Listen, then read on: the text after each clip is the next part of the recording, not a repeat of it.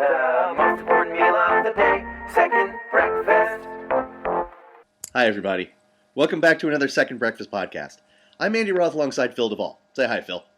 Hello, everybody. Well, that's it. All right, That's I'm it. good. All right, good night. All right. Good night.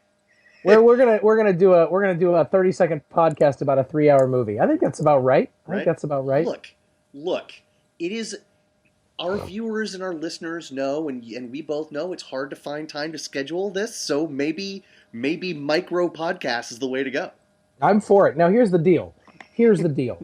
I am going into this conversation we're about to have a little bit. I'm feeling a little bit inadequate. Let me tell you why. I haven't actually seen the movie we're talking about. I'm just kidding. It's a joke because I'm joking. Okay. Phil, stop before you pull something. my wife. You ever seen Andy Kindler? Do you know who Andy Kindler is? He's one of my favorite comedians. Oh, he's one of my favorite comedians. Look him up. He's great. But he does this. He does like really like he'll kind of like do old school comedy, and he'll tell a joke, and he'll tell it like this, and then he'll go, Nice. "I almost threw my back out telling that joke." So I love him. I love him so much. Anyway, so here's the deal, though. In all seriousness, by the way, my daughter, if I say something like I'm sarcastic or kidding, she'll go, "Oh, Daddy, you were just being funny, weren't you?" And I think to myself, I mean, if you're not laughing, no. Right. I guess not. If you're not laughing, it's not funny. So also, you're grounded. Also, you better start laughing or you're in timeout, you little troublemaker. I'll tell you what. She's being raised by Joan Crawford at this point, basically. So, no more wire hangers ever. Oh my god. So we're gonna talk about Hateful Eight today. Yep. It's Quentin Tarantino's. It's the 8th film by Quentin Tarantino. It's the most annoying thing by one of my favorite people working in show business alive. I mean, Fellini did it once. Exactly. No. Sort of. I don't. So here's the deal. We're going to talk about the Hateful Eight. We're going to talk very, very spoilery. Mm-hmm. So we'll do what we normally do. We'll make an announcement before we say anything. So we'll start, Andy and I both coughing a lot. It's going to be glorious. But yep. Andy, I do want to, on one hand, you and I have both seen this movie. Yep. And I believe we both loved it. If that's the appropriate word for this movie, I don't know if it's even right to say you loved this movie. I have more not ambivalent. I've had more complex and complicated and maybe, we'll just say complicated feelings for this movie than I've had for a Tarantino movie in a long, long time. I'm going to stop you there for a second. Yeah. Because I want to discuss this in depth later. Yeah. Because I am finding the exact opposite as Tarantino and I both get older and he makes more movies. I have fewer and fewer conflicting emotions. I'm just loving him full stop. I love this movie. Quentin Tarantino stands alongside the Coen brothers and Martin Scorsese as my favorite filmmaker alive. Okay. And working, obviously. Sure. And if I had to pick, and see, I'm not even going to do that. But it's that. I mean, it's that level. Pulp Fiction is, when people ask me what my favorite movie is, I usually say Pulp Fiction. And I've loved Inglourious Bastards, and I love Django Unchained, and I love Kill Bill movie. I mean, I've loved every movie he's done. So I love this movie, but I guess what I want to say is, mm-hmm. It was the hardest movie of his for me to make it through, and not because I thought it was bad or done or poorly executed. But I think I felt like this was the closest. I think this is the hardest he's. I don't know how else to say this. I think this is the hardest he's been on his audience. Sure, that is really well said. I want to say one more thing before we sort of dive in, and Sure. I think this is a great place to start. Correct me if I'm wrong, Phil, but folks, not only have we both seen this movie, and not only did we both love this movie, there are two versions out. One is a 2-hour and 45 or 2-hour 47-minute version, and one is like a 3-hour and 7-minute version that is called the 70mm Roadshow version, and it comes with an overture, and It comes with an intermission, Yep. And it comes with, as obviously, 20 extra minutes of footage. And correct me if Is I'm that wrong. right? I assumed that it was the 3 hours included the intermission and the overture. I don't know if it's 20 extra minutes, I guess, but there is added footage. Oh, I did not know that. I did not realize. No, it's an actual longer movie, more things happening. I don't know what the difference is. So, man, who knows? I could be wrong. I've been wrong before, Phil. Stop persecuting me. And yeah, so that is the version that we will be discussing. Is that fair? Am I right about that? Yeah. No, we both saw the longer version, if there is such a thing, the roadshow version. We both saw it 70 millimeter. And so here's where I want to start. Did you get the little handbill? I didn't. Oh, you're a failure of a person. No, my theater's a failure of a theater, but okay. I mean, potato, really. Tomato. Let's call the whole thing off. So, right. So you said something really interesting that I want to explore to start, which is this, like, he was harder on his audience with this movie than any other than he has been previously, and I think that is true. But maybe I'm just becoming a jerk. I could have watched this movie. I could have watched the 11-hour version of this movie. Oh, no. Agreed. I was never bored. I was never annoyed. I was never but the level, but the what it devolves into. Yep. People talk about Tarantino being brutal or being violent. Yes. And I would say that, of course, he likes brutality and violence in his movies, but I would also say he often does a good job. I would suggest that he often does a good job of suggesting violence and without actually showing it. So, for instance, I mean, the best examples are Pulp Fiction. Everybody remembers these things in Pulp Fiction, like getting stabbed in the heart with an adrenaline needle. Except that they don't show it; they suggest it.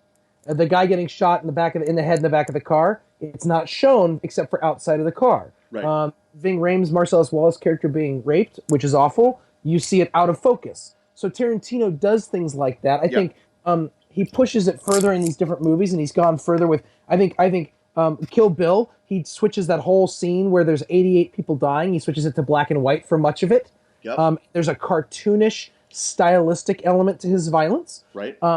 And I think Django Unchained and Inglourious Basterds, both of which I loved deeply, and both of which I haven't seen in over a year, I'd like to see again. But even I think he started to push it more violent there. And I would say this is a movie that is the most uncompromisingly violent, maybe since Reservoir Dogs, in terms of not just suggesting, but really, like, you really feel like you're seeing it, and it's reveling in it in a different way because Kill Bill, for instance, is so comic bookish or animated, in which case even one scene is animated. And yet, Inglourious Basterds and let me finish the sentence, then you hit it. Yeah. Inglourious Basterds and Django Unchained. Watching Nazis get killed is fun for us as Americans, and you as a Jew especially. Django Unchained making us root for the black guy killing the white slavers, and by that I don't mean Disney, George Lucas. I mean actual white slavers. And so we root for that violence. In this movie, we're not actually rooting. I don't feel like any of the people who die, we're rooting for them to die. And so it's really interesting. So it's this really interesting dynamic of him ratcheting up the violence, but he's taken away all of the good and bad now. And there's only shades of gray, so to speak, or complicated good and bad. So there's things that we would call good and bad, and he manipulates and manipulates some of them, straight up violates others of those, and just kind of lets it sit there in a way that was very unsettling for me. None of this is to say, and before we go into spoiler territory, and I'll shut up in a second, I promise. None of this is to say that I didn't think it was brilliantly executed. One of our friends called it minor Tarantino. I couldn't disagree with him more. I other than his anthology stuff like Grindhouse and Four Rooms, I don't know that there is such a thing as minor Tarantino for me. And so I think this exists within the canon beautifully. I think this is a natural next step movie for him. If you're watching his career arc, I think this movie fits in that, and he continues to blow my mind and continues to make me think, and continues to make me want to go see his stuff. But I will say that I walked out of this movie more like I'd been through something than I had in the in any of his other movies. Okay. I think he wanted to be mean to me, and I'm okay with that. Okay. That's what I'm trying to say. Okay. Sorry, so go ahead. I talked really a lot there. I apologize. Right. You gave me a lot of stuff. There's a lot of stuff. And I don't know when you want to start just being spoilerific, or if there's something we want to do. Not yet. Okay. What I will say, I'll go all the way back to Kill Bill and say, you've got all of this violence that is really never other than cartoonish, and it builds and it builds and it builds, even as the the most violent, in terms of, I don't know, like gallons of fake blood used is in part one, right? It's the crazy 88s or whatever it is. Yeah, right. But it still feels like it builds and it builds. The violence is worse and just brutal, just totally brutal. But then when she actually kills Bill, there's no blood, right? Because it's all on the outside. A tiny little trickle comes down. That's right. And it's really beautiful. It's a really beautiful scene. I agree. Inglourious Bastards. It's true. If you're Jewish, it's like a second bar mitzvah when you watch that movie. When Hitler, because who doesn't like? Because a very quick story about Inglourious Bastards. A quick story about Hitler. Yeah, quick story about Hitler. My dad, I saw this movie and I walked out of the movie and I had to I wasn't in control of my hand. It had to call my dad, right? Yeah. And he was like, I don't know that I want to see a Holocaust comedy. And I was like, whoa. No. Like, every word of that sentence is either your opinion is ill-informed or it's just factually inaccurate. So see that movie. And he did, and he loved it. Yeah. And I mean, who doesn't enjoy watching Hitler's face get pureed with bullets? I mean, it's just glorious. And then you've got inglorious. By the way, do you know what Tarantino's producer said to him when he read the script? What was that? Lawrence Binder read the script and he said, "As your producer, I thank you. As a Jew, I effing thank you." Awesome. Django Unchained, again, unquestionably, the most, no pun intended, black and white evil thing that this country has ever done. Institutionalized slavery. And so seeing those people get their comeuppance is just glorious. It's glorious, right? And then we come to the Hateful Eight. And I would go further than you, Phil. There really isn't a ton of there isn't a ton of nuance in his violence. In terms of what I've just said, like no one's like, oh, poor Hitler, and no one's like, oh, even Samuel L. Jackson. Most people most people I've talked to about Django Unchained, like Samuel L. Jackson is the character that they hate the most, more than DiCaprio, more than because, well, that's another podcast probably, but There's not a lot of black and white in terms of, or there's not a lot of gray area in terms of, how to put this, should we be rooting for this violence or not? Right. But I have kind of a different take on it than you do, because I'm not, you see, I still don't think there's shades of gray. I think it's shades of black. There is no one in this movie to root for. They're all terrible people. I just don't agree with that, though. I don't agree with that. I don't agree with that. I don't think Sam Jackson's character is a terrible person. I don't think Kurt Russell's character is a terrible person. I don't think the guy who's driving the stagecoach is a terrible person. Truth. Truth. Also, OB, is that his name? also, OB? right, OB. I also don't think that someone being a terrible person is grounds for me not to root for them. I'll just say that. Ah, very well said. And I think that is absolutely the point. Who do we? I mean, we every single person who's ever seen The Sopranos roots for Tony Soprano at some point. Sure. Every single person who's seen Breaking Bad roots for Walter White, probably That's longer than they should. sure. Sure. So, it's I'm it's. I'm I'm doubling down here. I'm doubling down. I agree with you that uh I agree with you that that's sort of the point. I think that I I think that the only person who is not, in some sense, a terrible person is the stagecoach driver. I think everyone else is a bad person. I think Kurt Russell has a code. I think his character has a code, and we can save this for the spoiler talk. But like, I think he has a code, but I don't think he's a good guy. I think he's a bad person. I guess what I'm trying to say is I don't think Tarantino's making a movie to portray good or bad people. That I will absolutely agree with. That I So will the absolutely conversation agree with. I don't about know them that I being have. terrible people is not. I don't think it's the point of what he's trying to do.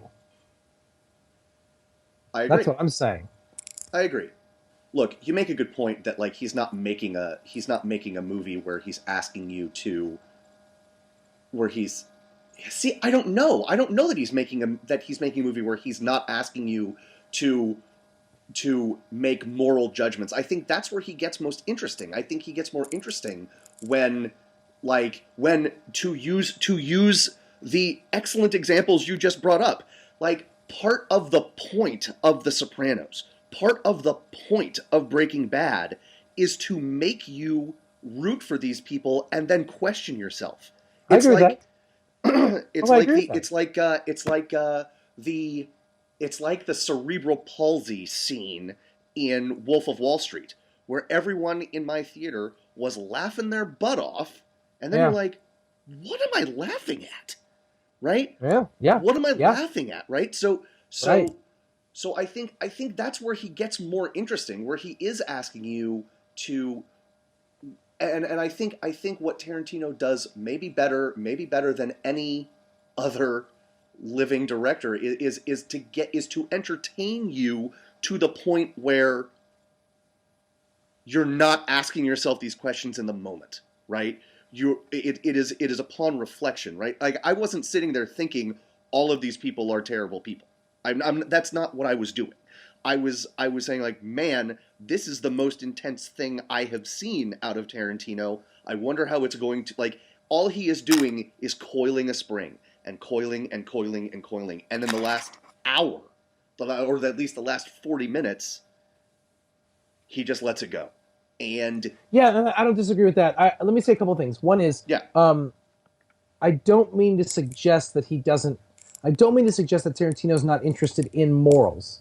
sure, I'm actually someone who would say he's secretly one of our most moral filmmakers. I think sure, that Tarantino is more profoundly interested in moral questions than most filmmakers. hmm I would say he's more interested, by the way, in Black Americans than any white filmmaker I know. Like, more legitimately interested yeah, in black in what it means to be black in America than any white filmmaker I know, and that gets sort of just sidestepped or ignored or missed because of the way that he chooses to portray black people and the way that he chooses to use the N word. I don't know if you want us to just say the word or call it the N word, but we're either gonna way. stick with the N word.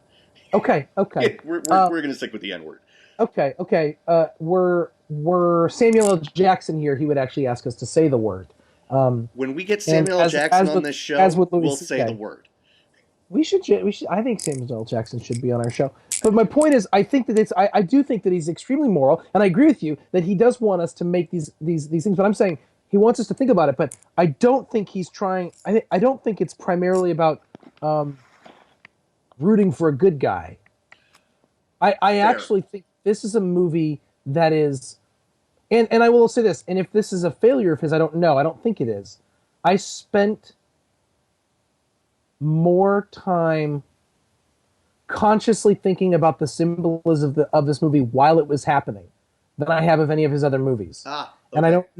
I don't know if that's a failure on his part or if it's just me being in my head way too much. It's probably the second because that's how I am. Sure. But because it didn't lessen my enjoyment of the movie. Sure. But you said he wants to entertain you so much that you don't really question it until later, and I was in the middle of it going, "What am I doing?" Sure. Or really watching going, "This is a movie where I feel Quentin Tarantino." I felt like the whole movie was about violence, Yeah. not the movie was about using violence or the movie was violent. The movie was literally about About violence violence. Yeah. No, that and makes a lot about of sense. violence in America.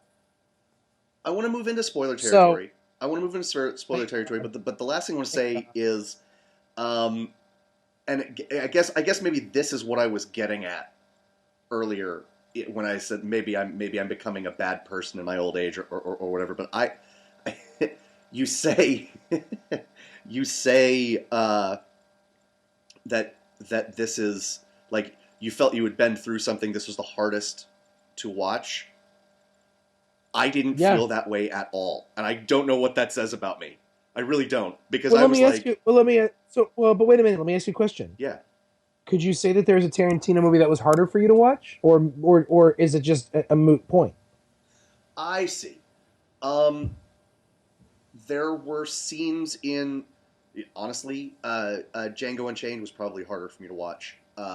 There are parts. I mean, at this, okay, on first viewing, Pulp Fiction was harder for me to watch. Huh. There was just a lot. There was a lot going on that I was like, oh, like. I mean, and also, we were in high school, so I Huh. was a very different person, very different movie watcher then. But the overdosing scene, the scene where obviously the scene in the basement with the Gimp and Zed, the even the scene where Bruce Willis is yelling at his girlfriend for losing the watch. Like, there were a lot of things that while I appreciated them and while I have loved that movie since the first time I saw it, they were really hard for me to watch. And this one and we can this is the last thing I want to say before I tell people to turn it off if they're not interested in spoilers. Maybe it's just because finally, and I know he was in Django Unchained. Finally, I feel like there is no newish actor to the Tarantino repertory uh, that is better suited to him than Walton Goggins. You love Walton Goggins, I Andy. love me some Walton Goggins. I love. First of all, I do as well. But he's one of those guys where you love him so much that I feel like I can't even talk about loving him because it doesn't compare to your love for him. Even though I love him, it's not real love because it's not the way you love him. Yeah, every time you Like it's like think, whenever I talk about Oscar Isaac, I feel like you need to kind of like you're like I love Oscar Isaac, but do I Phil Duvall love Oscar Isaac? no, It's totally, a totally. Here's and tricky I territory. say Tricky this with territory. love. I say this with love. Every time you think about Walton Goggins, or say to someone, "Man, I really love Walton Goggins," I just want you to imagine me sitting on your shoulder, going, "Not as much as I do." That's pretty much what I do. That's my point. So I don't Right. actually talk about loving him, even though I do, because I'm like I can't talk about loving him because he's Andy's. He belongs to you. He can be Before yours we go too. into spoiler territory, I Yeah, want to say a couple things. please. My conclusion that I've drawn from this is that you're a worse person than you used to be. Okay. I accept that. I Okay, accept that. that's one. And that's the fact that okay. The other thing I want to say is before we go into spoiler territory. So if you haven't seen the movie, um, I'm not interested in recommending this movie or not recommending this movie. I think it's a beautifully made, very thoughtful, incredibly suspenseful and entertaining movie where Tarantino does. I think Tarantino's pushing buttons on purpose, and I think that he's really interested in watching you squirm, but for a reason. Yeah. Is that an experience you want to have on a Sunday night or on a Friday night or on a date? I don't know, man. Like, dates make you squirmy enough. Is this something you want to do? Oh, I don't know. I can't imagine a worse date movie. I saw it with my wife on her birthday, and she was like, "This was my birthday," and I was like, "Hey, it was your call. It was your call. Like I told you, we should have seen something else, but here we are." Sure. But we don't go on dates anymore. We're married, so We could have seen Brooklyn, but no. I want to see Brooklyn so bad. I want to see Brooklyn so bad. I did too. Yeah. Uh, okay. Instead of seeing Star Wars for the fifth time, that's tough. It's a tough call. Is it? Nope. There we go. There we go. Okay, so into spoilers we shall. I think so. I think so, folks. I agree. I agree with Phil. It's tough to recommend or not recommend this movie. It's a But 3-hour violent Quentin Tarantino Western that moves slowly on purpose. And if all that sounds annoying to you, don't watch it because I don't want to hear your crap. I just don't want. I don't want to hear. Oh, that wasn't what I thought it was gonna. Stop. Just don't watch it. what I will say Just is don't this: see it. from It's art. a like a film historian standpoint, it is hard for me to think of a movie that more effectively and in a more protracted manner ramps up suspense unrelentingly. I mean, it is. I mean, Yep. like Das Boot, like maybe The Deer Hunter, maybe Right. like it's sort of like Clue, the movie, Oh my maybe. God. What was on the side of her face? This is the What most were they? suspenseful movie. This is the most suspenseful movie since Clue. That's my There we go. tag. There we go. But an incredibly suspenseful and incredibly intense. I mean, when the intermission happens, you're like, no, and then you go like, oh, actually, I totally need that. I wasn't even sitting. I was actually like perched 6 inches above my seat. Right. My legs are tired. Maybe actually I do need to kind of walk around a little bit. Maybe I could do with a bit of a walk. Yeah. Okay. Okay. Yeah. Sure. Right. Right. Totally. All right. Spoiler time. All right. This How do you is want your to start show. now? Your show. I'm just living in it. I am fascinated with Tarantino. I want to talk about his violence. Okay, let me give you my macro talk. Okay. I haven't gotten to lay this out yet, so I've tried to a little bit from time to time with people, but give me my macro talk, and you tell me what you think. Macro okay? man. I think this movie is about violence in America. Okay. And America as a violent place, and so it uses the great American genre, the Western. Mm-hmm. Okay, it uses great American sort of I would say archetypes. But I think that like Kurt Russell is white America and white America's idea of a fine, upstanding man, even if he does kind of he's a brutal guy, but he's a brutal guy in the name of justice. And he makes him hang. And you go to the hangman to make him hang because that's the right thing. And the only reason he's violent to women, sure, but only women who deserve it. And he fought on the right side of the Civil War. And he likes Sam Jackson's character. He's nice to the Negro, you know? We find out he's nice to the Negro because he feels like the Negro has been verified and bona fide by Abraham Lincoln, which is a fascinating. That turn in that movie was, for me, one of the most important parts of the whole movie, and in a really beautiful way. When he finds out the truth about the letter, you mean? Yep. Yes. Yep. Yes.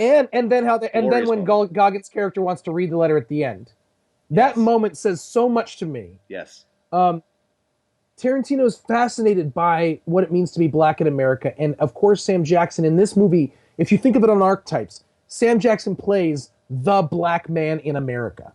And what I want to say is, in Inglourious Bastards, he starts this interesting idea with where they're playing the game with the card on the head, and the guy describes King Kong.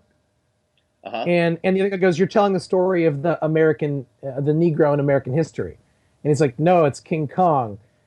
And in that moment, Tarantino he sets out this sort of narrative of how black people have been treated by white America and how that's played out in cinema. And then in the next movie he makes, that's what it's all about. Right. But it's about it in a very personal way. And in this movie, because there's so few characters and it's held tense over such a period of time, each character in my mind stands for something on some level. Sure. And even when you flash back to the scenes of the people in Minnie's haberdashery. What's it called? Minnie's haberdashery.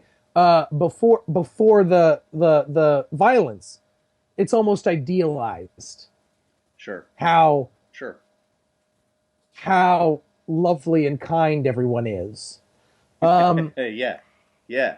In white, and because and that's how, until the white man comes in and ruins it, right? So even like so thinking about Sam Jackson's character, for instance, he's lying about the letter.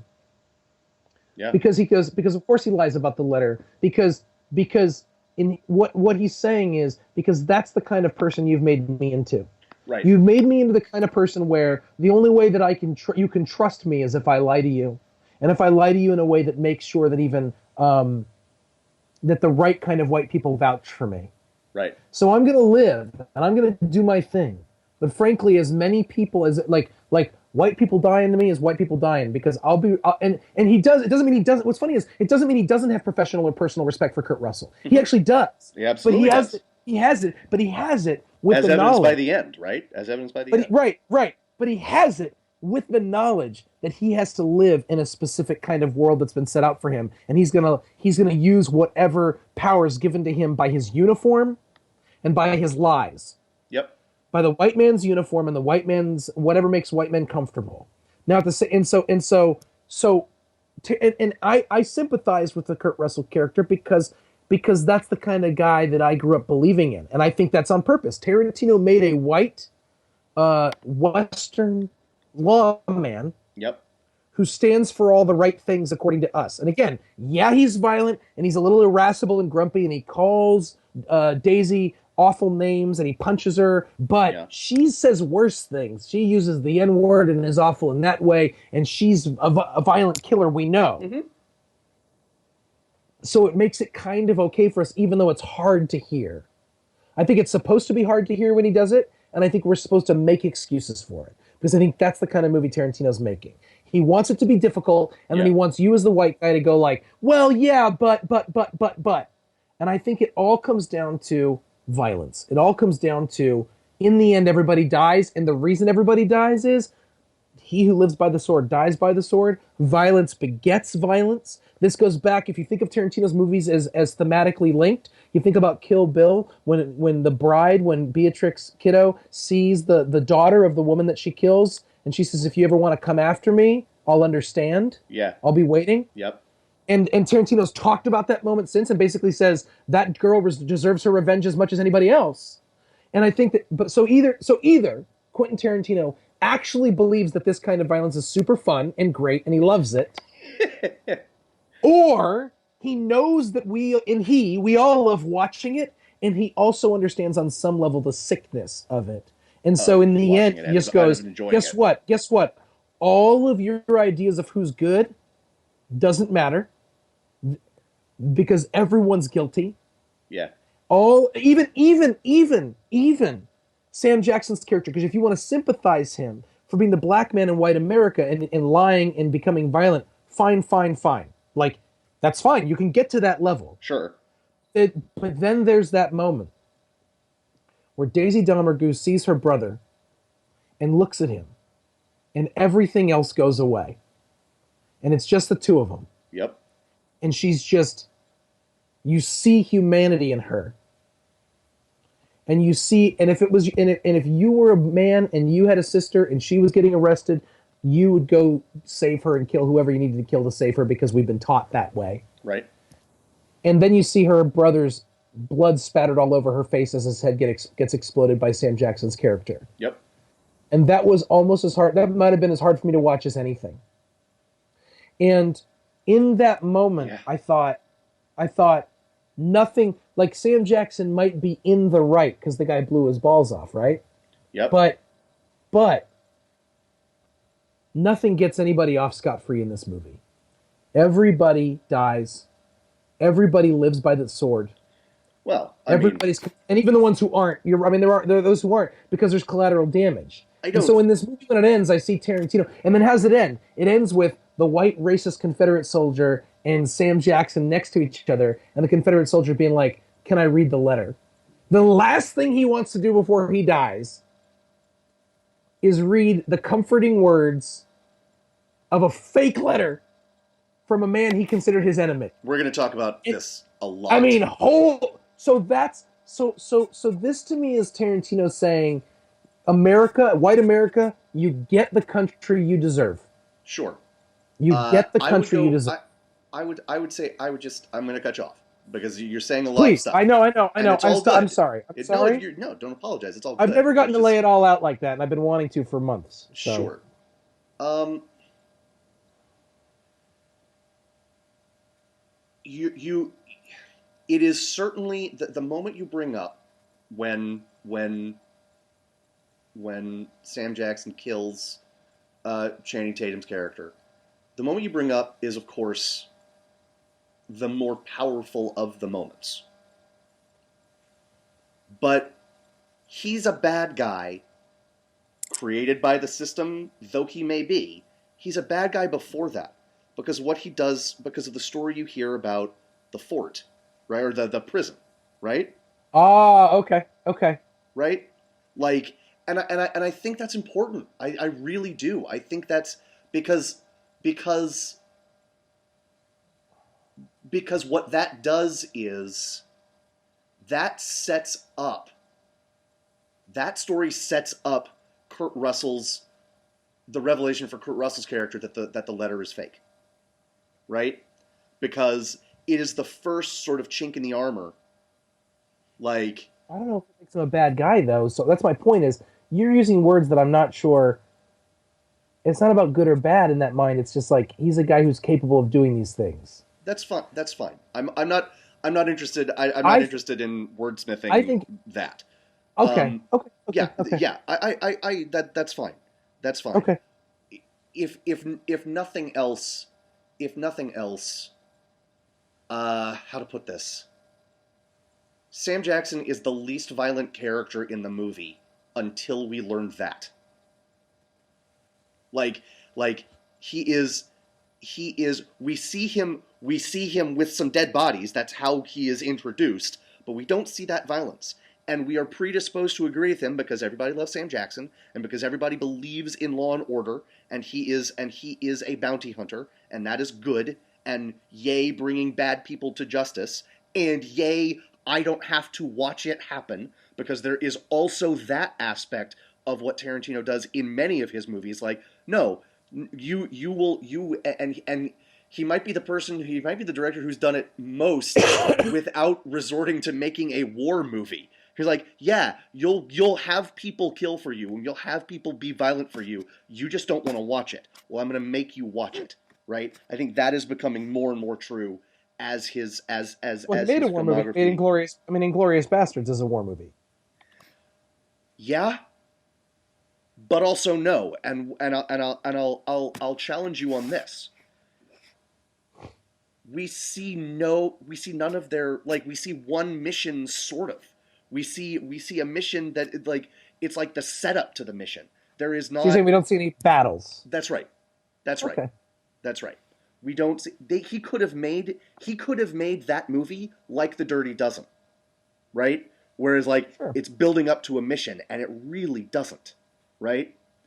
So I think there is that aspect to it. Like Sam Jackson's character is he is Kurt Russell's character, but he doesn't punch a woman. And I am not passing judgment on Kurt Russell's character when I bring that up. I'm saying, no. The first thing you see with sure. You know what I mean? So, but he doesn't punch a woman because he would have shot her. That's why. Well, that's fine. I mean, remember, you're introduced to Sam Jackson with him sitting on a pile of corpses. Again, yes, no, that I agree with you. But again, you don't have to see that violence. You don't have to see that violence, right? And and because you don't have to see it, it is easier to rationalize it. Okay. And then the first chink in that armor is and he's given Sam Jackson all the best lines, and he's funny, and Jackson is and the character he has moments of connection with Kurt Russell's character. He has moments of connection with Daisy Domergue. He has moments of connection even with Walton Goggins' character. Well, no, and with the old Colonel or whatever. And with the old Colonel, yes. And then you get, well, right, but that happens after, right? But the first chink in the armor is, Wow, and he escaped, and he's John McCain, right? He escaped from a POW camp or a prison. Yeah. Oh, but wait. Right. Oh, but wait. Yeah. And again, this commentary of mine is not touching on, yes, but the system made him that way. That is beside my I current point, don't hear you saying right? that. Go ahead. Like, he is so much, no, I just want to kill white people, that he doesn't even care that he killed many, many people on his own side. Right. That is intense. That is, and what that does is, that is the first moment that we see, and at that moment, Kurt Russell is playing the part of the audience. He is our stand-in at that moment because he is learning the thing at the same time we are, right? That is the first moment that Kurt Russell goes, oh. Right? Right. I don't even know why I'm bringing this up. I just thought it was fascinating. Well, no, I know. I mean, no, I think it is fascinating because it's that moment where. But that's the thing is, that's the moment where what happens is Kurt Russell's character. It's such a perfect actor to play it because he's got those sad eyes. That's the moment where Kurt Russell goes, "Wait, but you betrayed me." Yeah. And I think what Sam Jackson's point is like, because I had to, because of the world that you've created for me, like there's like zero regret. Yeah. Hold on. We're conflating two moments here, because I agree with you. When he learns about the letter. Right. Okay. Oh, okay. Right? Okay. Right. When he learns about the letter, I think you're absolutely right. But I don't think that moment works because I see what you're saying. I think there is an element of. I mean, it's all part of the same moment, though. He tells that story, and then like the end result of it is him finding out that the letter is right. But we learned about the prison earlier. We learned about the prison. We don't learn about the full details of the prison because that's true. That's true. So what you get that's true. I misremembered that part. So what you get though is like and it's such a beautiful moment. It might be my favorite acting moment of the entire movie. He is hurt. He is offended. He has and I think there's and this is just because Kurt Russell is a better actor than anyone would ever give him credit for. There is an aspect of self-recrimination because he's like because there's just I should have known, right? Like I am a right, but only a tiny bit because he's not going to allow that to overtake his own righteous understanding of the way of what righteousness looks like and what the world should be. That's true. You lied, you know. I want to bring something up, and it's not necessarily a spoiler topic, but we've gone too far to turn back. Because there is an aspect of Tarantino that I think gets no play, and it drives me crazy. Okay? Tarantino is known for pushing buttons. Tarantino is known for writing dialogue that for good or ill, and I absolutely think good, and I know you do too, can instantly be identified as Tarantino dialogue. He is known for his love and examination. Love is a strong word or a problematic word, but his examination of violence. He is known for all of these things. And you know what I never hear said about him? He is absolutely one of the very finest actors, directors in the history of movies. Because look, because what I think happens, it's like Phil Jackson when he was coaching the Bulls with Michael Jordan, that all he had to do was like roll the ball out, right, and like the players would take care of it. Like, well, of course the acting's good. You've got Sam Jackson, you've got Kurt Russell, you've got Bruce Dern, you've got all these people, and he's a really great writer. So they're just saying his awesome words. Well, no, right, yeah. Samuel Jackson is good in everything, or just about, right? No one escapes the stink of the prequels. but he isn't Tarantino good in pretty much anything except That's right. for Tarantino That's right. movies. Kurt Russell is a beautiful actor. Yeah. But yeah. this is if not his most layered performance, certainly one of them. It's in the conversation. Yeah? Yeah, I hear that. I hear that a lot. I think that makes sense. I mean, I hear it from you. I don't hear it from anyone else. You're right, and I think that's true. I think, and he gets them to do things. I mean, you think about Travolta in Pulp Fiction. Yeah. And how guileless that performance is in the best sense of the word. Yeah. And you think about what such a good word. It's just he is though. You get that the performance. I mean the grand sort of performance out of Uma Thurman in Kill Bill. I mean one of the greatest female performances, any performance, male female. But I mean what he does with this woman for 4 hours of film. Yeah. One of the only times I ever liked Brad Pitt in anything is in Inglourious Bastards. Sure. Christoph Waltz, 2 performances, 2 Oscars. Yep. Leonardo DiCaprio in Django Unchained, and Jamie Foxx. And I mean, you can read some interviews with Jamie Foxx where he says that Tarantino really pushed him on a level that really pushed him. Yeah. Like, I think Jamie Foxx is really great. Like, I think he deserved the Oscar for Ray. I think he's fine, but he's not. I think he's capable of being great, and yes. Tarantino made him great. Yes, yes. Took the words right out of my mouth. I totally agree. He's got moments of great. He's got moments of whatever. It's fine. Right. There are guys who every single moment they come on the screen, you're like, oh my gosh, here we go. Right. Totally. And Sam Jackson is a guy who I think what it especially is Sam Jackson is a guy who could live in caricature land. Yep. As is evidenced by Snakes on a Plane, as is evidenced by his recent guest spot on the Colbert Show, where Colbert just had him read a bunch of different catchphrases and make them his own. There's the shut the F up when he read the book out loud. That the book go the F to sleep. Go the F to sleep. I loved him in Kingsman, but he was a caricature in that movie.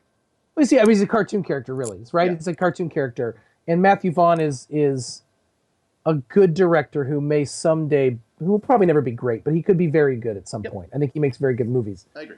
I don't think anyone's ever going to say Vaughn, and we'll all be talking about Vaughn movies. But he does some good work in Kingsman. I saw it twice. I have a lot of issues with that movie, but you and our show was on hiatus when that came out. I have a lot of interesting. Which movie? Sorry. Kingsman.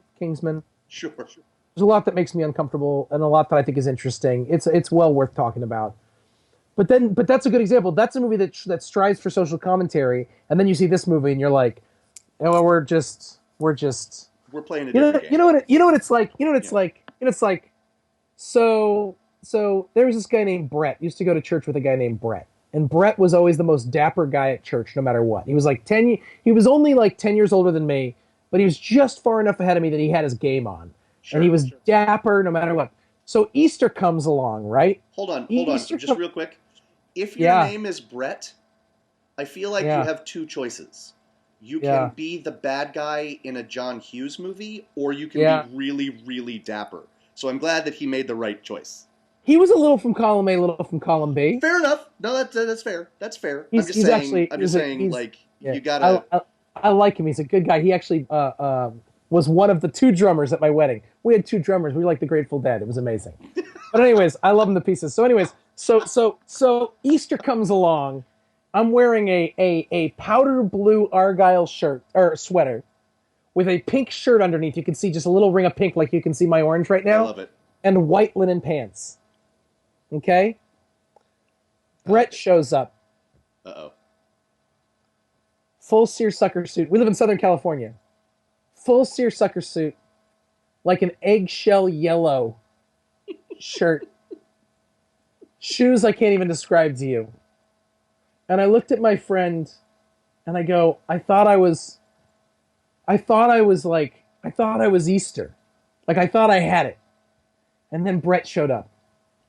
Then my buddy, whose incidentally name is Quentin, goes, we're not even playing the same game, buddy.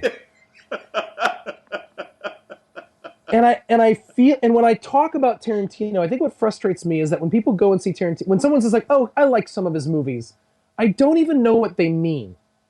Like if someone's like, "Oh, I like some of his movies, but he's a little overly this," I'm always just like, I don't feel like we're talking about the same thing because I feel like Tarantino is playing a different game than almost anyone else out there.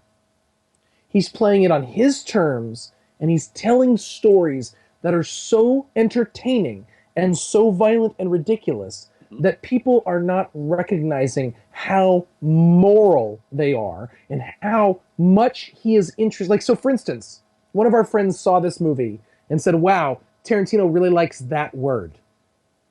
Sure. Meaning the N word. Sure. And boy, does he hate women. Sure. Okay? This is an intelligent person who said this, whose point of view I respect at least 47% of the time.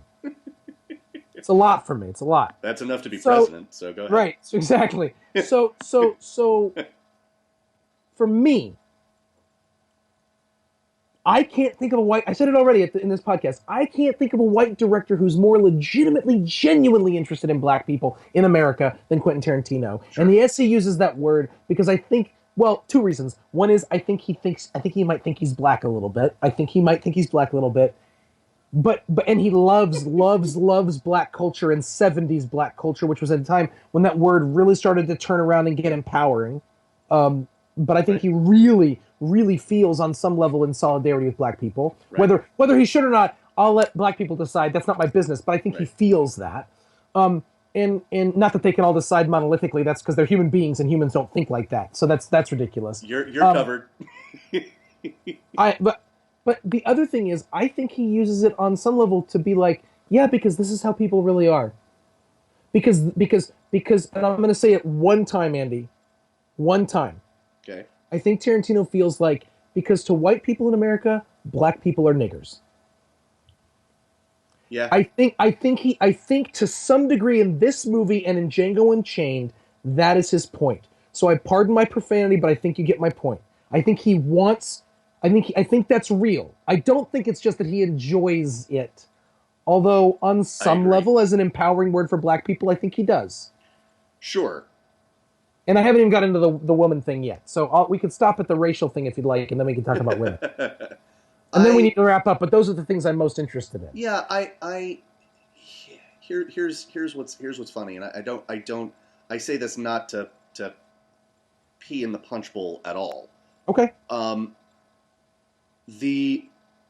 For many of the reasons that you just said and are reasons that you find it interesting, I find it not interesting. And the reason, and what I mean by that is this. I find it endlessly interesting, but I appreciate everything that you just said, but I feel like the conversation around his use of the N-word is so reductive. It's either like, oh, he's an artist, he can do what he wants, or oh, it's bad in all possible formulations. Right. And I think I just don't have anything to add because I think you really covered the field. But what you did was it was a much more sort of nuanced look at it. And I think if I think for all of his over the topness, and I know I mentioned I think that a lot of what he does is purposefully black and white rather than shades of gray. The man understands nuance, and there is nothing that he does that like nuance doesn't mean like understanding nuance and including nuance doesn't mean that literally every single thing has to be nuanced, right? Like sometimes nuance means, oh no, it is all one thing, because sometimes it's all one thing, right? Being nuanced is allowing there to be space for complexity if such complexity exists. And I think that's where Tarantino shines. It isn't everything is complex.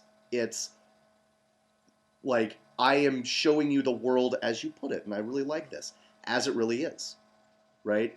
Like, let's strip away the polite veneer, I believe this is how people are. How am I going to strip away that veneer? Okay, well, I'll make it a little more palatable by placing it in Reconstruction rather than modern times, because that also has implications for race relations, that time in American history. I'm going to make everyone dirty because that's true to the time period, and it will help people, deal with it. I'm going to set it in a cabin in the middle of a snowstorm, so people have to deal with each other, and through that they're going to deal with these larger issues that I care about. And sometimes people are going to be evil, and sometimes they're going to be noble, and a lot of the time they're going to be somewhere in the middle. And that is what nuance is, and that is where Tarantino plays. Well, he's playing a different game. And you notice in all that, I'm with you in everything you said. And if you notice the first shot of the movie, which lasts forever, is that slow scroll back from Jesus on the cross. Yes. And it's like, here's your violence.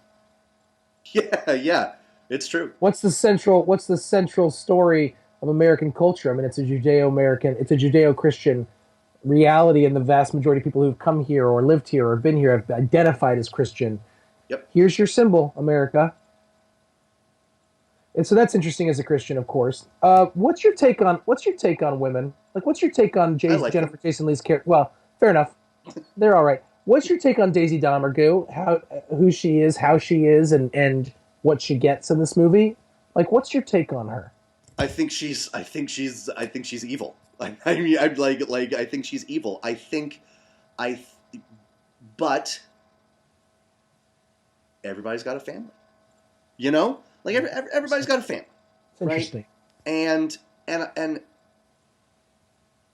evil doesn't mean dumb. Evil doesn't mean ineffective, and it's so interesting because we only get a couple of glimpses of what is she like when she's not covered in blood or shackled to Kurt Russell or a prisoner, right? We don't see who she is as, one of the leaders of this gang, except for a couple of brief moments. And I think that's on purpose. And I think the first time is when she looks at Jodie, when she and Channing Tatum see each other, and you said it so beautifully. Like, that's it. Yeah. And the other time is when she is negotiating with Walton Goggins, right? All you got to do is kill, him, Jackson's character, right? That's all you got to do, right? Here's a question for you: if he had done it, would she have kept her word? No, I don't think so either. Except maybe, I don't know, right? I don't think so either. Yeah, but maybe. Okay. Maybe. Okay, I have to say this because this reminded me. This is such a great example of one of the toughest things, for me at least, as an actor. When I was acting, this is one of the toughest things for me to learn, and that is you have to make a choice. You have to make a choice when it comes to the character. Every moment you are on stage or on screen or reading the script, you have to make a choice, and it has to be a strong choice. But here's what that doesn't mean. Nobody else has to know what that choice is. Right? I also don't think that the choice she has to make has to be that, which is to say, the choice to me, and my guiding light. Now we're just two ex-actors talking about what made us such good actors that no one's ever seen us act, and now we're an entrepreneur and a priest. Whatever. I didn't say I did it well. I said I learned the lesson. I know, but I think so. Coming from that sort of school of thought, I won't say that I really bought into Mamet's language around acting. Yep. Which is to say that when I read it, I was like, that's what I've been trying to, like, that's what I was hoping someone would say, and I didn't. And the big thing he kept talking about, he quoted Jimmy Cagney, which is, you learn your lines, you find your spot, and you tell the truth. The idea of acting is truth. And so what I would say is, I think she can enter into that moment as an actor truthfully, Daisy Domergue, without actually, and even in the moment, Daisy could mean it in the moment. It just doesn't mean that she's going to hold true to it 5 minutes later. Here's what I mean. Here's what I mean. And I don't. We're not disagreeing, but I think I could be clear. Now I see what you're saying. We're just talking shop now. Yeah. Okay, go ahead. What here's what you can't do. Like, ooh, the way I play this, people are gonna wonder if I mean it. Right? Right. Because what that is doing, to use Mamet's, that's not acting, that's manipulating it. Right. Yeah. To use Mamet and Cagney's words, that's not finding the truth of the moment. Right. Right. You're not so and that's one of the beautiful things about it's one of the beautiful things about how everything works together. Jennifer Jason Leigh's acting, Tarantino's script, his directing, everything that's come before it. Like, he gives her, and again, this is the nuance that I was talking about. He gives her the space to, for example, he gives her the space to mean it in the moment, and then maybe later, if it worked out a certain way, she would have gone back. Or maybe she meant it. Or maybe she just didn't, right? And we don't have to know that, right? We don't. And then in the end, we also don't get to know that. And we don't get to know that. But knowing that it's totally different. It's totally different than, ooh, let's set something up where the audience isn't going to know the answer to this question. Does that make sense? Yeah. Yep. And so. Okay. Yep. Like, and because all of that is true. Yeah. You get such a lovely and layered moment from Jennifer Jason Leigh because she is like she is talking to Walton Goggins. I believe that is the way that she talks to her crew. Right. Like, and you see in that moment why people like Tim Roth follow her. Let's talk about that for a second.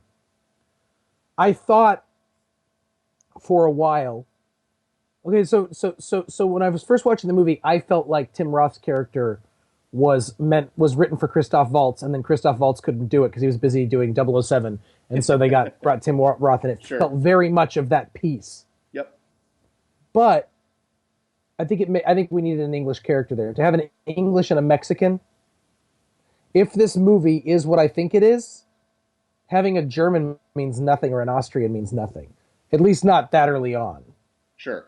Having an Englishman and a Mexican in the conversation makes it something to me. Well said. And it's interesting to me. That's interesting to me. Like him, the fact that they've got that sort of like, and then I mean Michael Madsen as like the cowboy, the outlaw cowboy. Right. So then you get those three that are sort of like they're the archetypes as well, and that sets up the whole. A man walks into a room and here's who you've got. Like these sort of Right. It's like the jock and the nerd and the it's like the basket case and the popular kid. Like it's the Breakfast Club. Signed the Breakfast Club. In Reconstruction America and Minnie's Haberdashery in Wyoming or wherever. Yeah. So Wake why up. not? Who needs to go to the bathroom? Right. Exactly. The outhouse is that way. So I mean, it was interesting earlier. You said that Sam Jackson's character, up until he makes that switch, was the least interesting character. I mean, nope, because Tim Roth and Michael Madsen's characters weren't all that interesting. No, I didn't say least interesting. Later on, we're going to rewind it, and I think you said that. You must have not meant to say it, so it's okay. All right. Sorry. Was there anything about the movie? Is there anything about totally the movie? drunk right now, so I don't even know what's happening. That's fair. It's a fair point. But I want to go back to the woman thing for a second, because, first of all, based on Kill Bill alone, it's pretty clear to me that Tarantino doesn't hate women. No, but the idea of how violent he is towards women could create that conversation. I gotcha. Okay. I'm interested in if this movie is what, like I think it is, this sort of grand painting. Mm-hmm. Then there's one main woman in this, and this is how she is. Right. So I feel like the same thing, which is what is Daisy really? She's underhanded. Mm-hmm. She's underhanded and violent in way and sneaky. And but she breaks just like a little girl. Nice. Well done. Thank you. Well, I have lots of thoughts about that song. In fact, I was thinking about that song when I started this conversation because it's a song. It's a whole other. I think it's a song that's misrepresented as misogynistic, but that's Right. a song for another podcast. So, um, but there's another element to me where again, but she's just there's that like. I think she gets treated like a piece of meat. Yeah. She's never sexualized though. That's true. I thought that was that was interesting, and that's a really interesting sort of comment on Kurt Russell's character because he's the guy in the position in the best position to do that, right? If she is going to be sexualized, like even sexualized just for the purpose of belittling her or putting her in her place or anything like that, he's going to be the guy to do it, right? Like you are shackled to me and I am taking you to hang, and also I'm going to make you feel like crap, right? Mm. And he doesn't. The fact that she's not sexualized might be the thing that tears my whole argument apart about violence, about American violence, and because there's a lot of lust in American violence, and he's really not interested in lust in this movie at all. At all. There's no lust in this movie. Like, that's not a part of this movie. That's true. Other than bloodlust, perhaps. Sure. I don't know. I gotta work it through. I think there's absolutely bloodlust in this movie. Right, but not lust. And oftentimes they get intertwined with each other, especially in American filmmaking, right? So I need to take a step back. Like I said when we started this thing, I feel inadequate to talk about this movie, even though we've been talking about it for an hour now. Sure. I still feel inadequate talking about this movie. I feel like it deserves more because I feel like I think this Tarantino's made a special movie here. I do too. Maybe in 2020, after we've both seen it multiple times, we could come back and we'll feel better. Revisit it. But, I mean, it is the mark of an expertly made movie.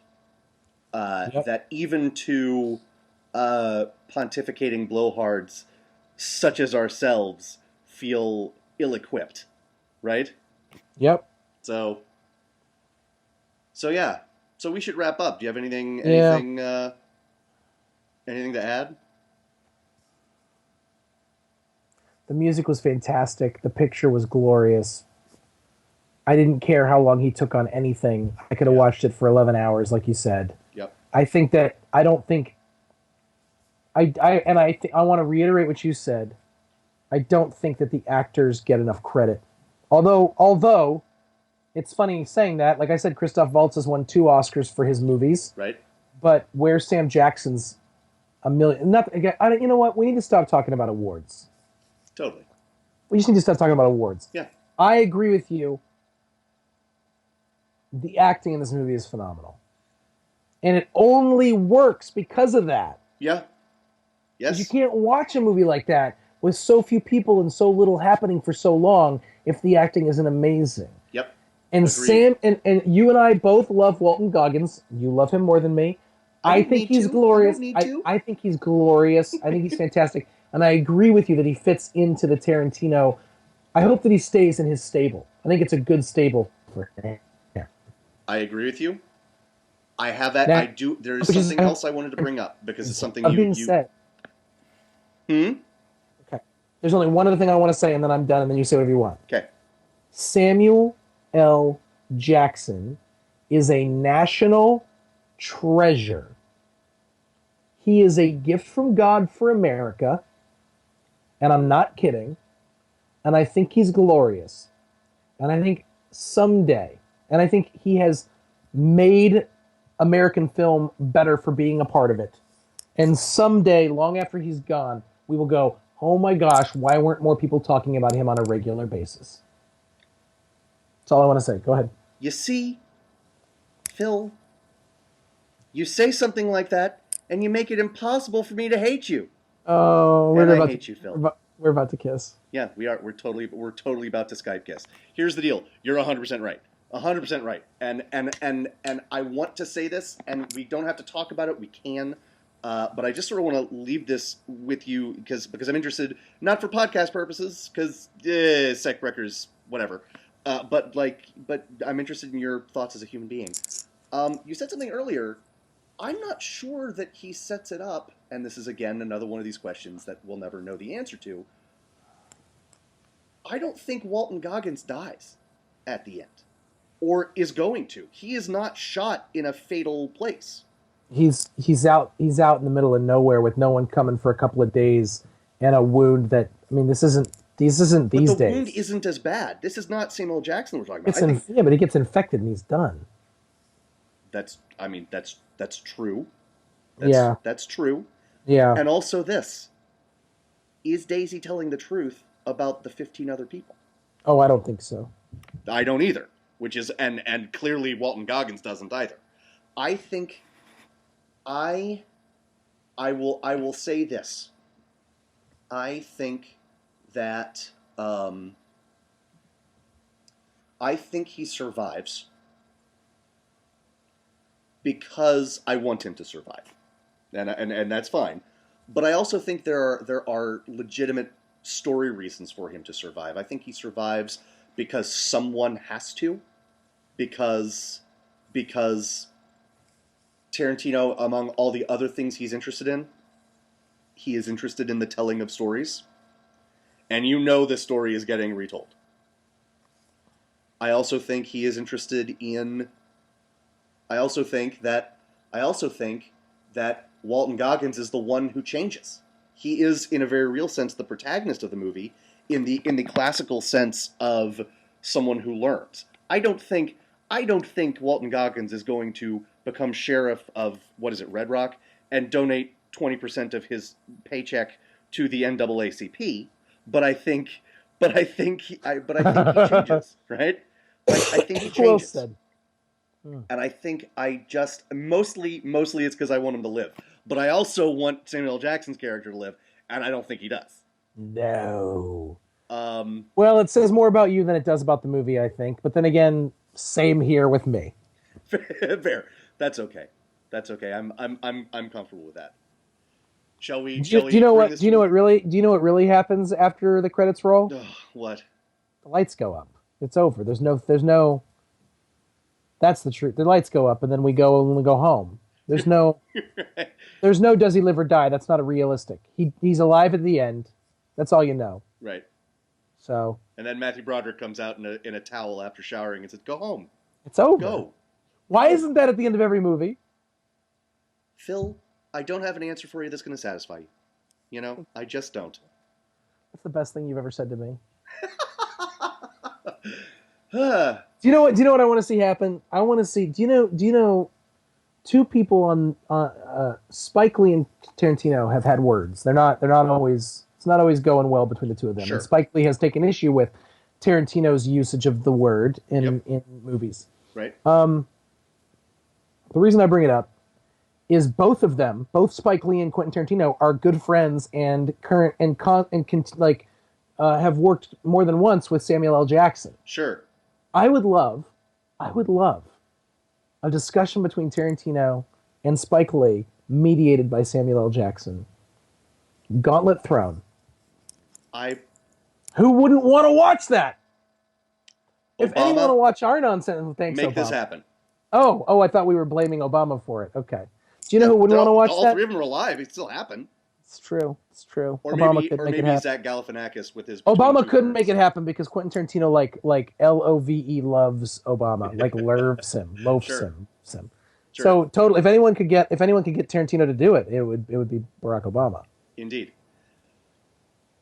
Are we done? I think we're done. It never ends with us. It's true. Folks, before I say goodbye, I'm gonna switch topics. We are, as you know, if you are a regular experiencer of Second Breakfast, and if you're not, get your life together. We're in the middle of many Star Wars themed podcasts, and so we haven't done a mailbag in a while because we haven't done many podcasts in a while.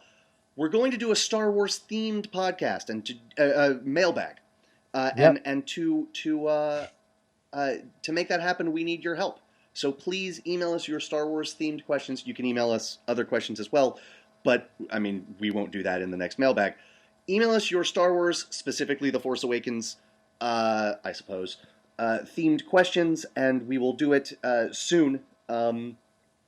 Email your questions where, Phil? Where should they email the questions? secondbreakfastpodcast@gmail.com. That's secondbreakfastpodcast at gmail.com. No dots, dashes, or spaces. Just secondbreakfastpodcast@gmail.com. Truth.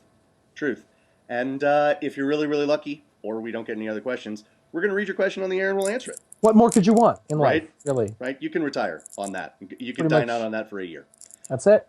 Folks, this will bring us to the end of another Second Breakfast podcast. For Phil Duvall, I'm Andy Roth. We are Second Breakfast. We'll see you again real soon. Bye-bye. The most important meal of the day, second breakfast.